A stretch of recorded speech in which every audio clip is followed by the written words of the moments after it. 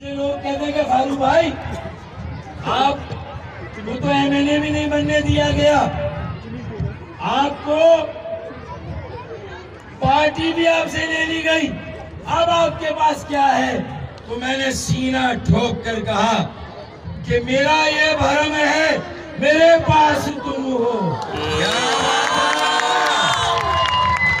लोग कहते हैं कि फारूक भाई आपको तो एमएलए भी नहीं बनने दिया गया, आपको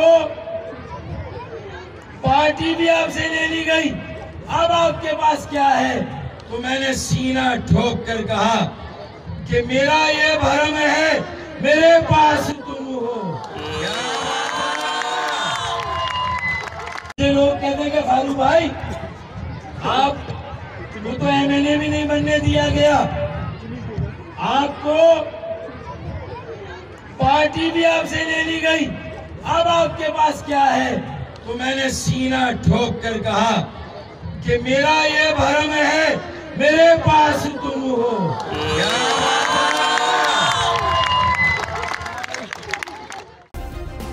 सब्सक्राइब करें और बेल दबाएं ताकि कोई खबर रह न जाए।